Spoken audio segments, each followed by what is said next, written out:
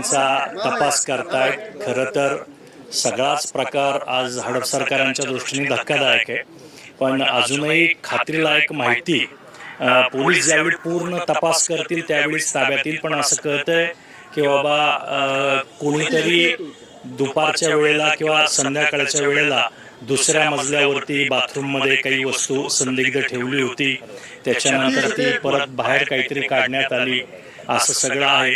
आणि वेगवेगळ्या विषय आहेत। आता याच्यामध्ये पोलीस आणि तज्ज्ञ बॉम्बचे तज्ज्ञ जे आहेत ते खऱ्या अर्थानं सांगू शकतील, पण आता परिस्थिती नियंत्रणात आहे।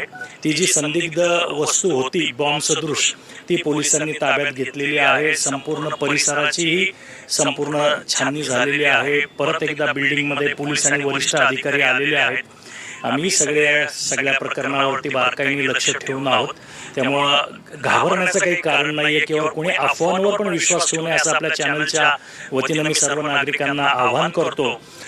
पोलीस काही वेळातच त्यांचा रिपोर्ट देतील की काय पद्धतीची वस्तू होती, कशी बनवली होती, नक्की काय होतं आणि आता कशाचा नक्की त्याच्यामागे उद्देश काय होता, काय हॉस्पिटलला टार्गेट करण्याचा उद्देश काय असावा, हे सगळं आता पोलीस तपासात थोडंसं समोर येईल।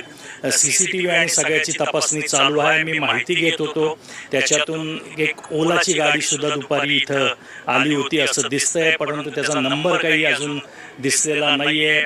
ते रिफ्लेक्शन झाल्यामुळं सूर्यप्रकाशाचं त्याच्यावर दिसलेलं नाही, अशी एक प्राथमिक माहिती समोर येते।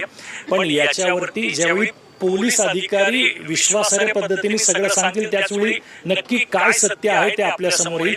बाकीच्या सगळ्या गोष्टी ज्या आहेत त्या ऐकीव किंवा आता जे नागरिक चर्चा करतायत त्याच्या माध्यमातून समजतायत। पोलिसांचं काम चालू आहे, तपास योग्य पद्धतीने होतोय, त्याच्यामुळे लवकरच यातलं सत्य आपल्याला समोर नाही याचं मी आता डॉक्टर माहिती जी आहे ती देत नाहीत अशी एक माहिती समोर आहे। नाही मी याच्या संदर्भामध्ये एकाने बॉम्ब ठेवला अशी एक माहिती समोर येते, तरी काय नाही आता हाच विषय तपासाचा आहे। कारण डॉक्टरांच्या हॉस्पिटलमध्ये असं कृत्य का करावं हाच एक महत्त्वाचा प्रश्न आहे। मग याच्या मागचे जे काही अँगल असतील, विविध जे काही तपासाचे पैलू असतील ते सगळे पोलीस तपासत आहेत।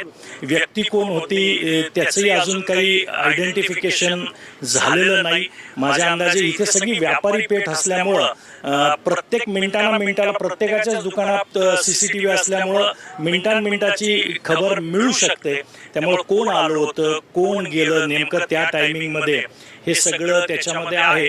आता वेगवेगळ्या पद्धतीने काही मीडियामध्ये पण बातम्या चालू आहेत की 7 तास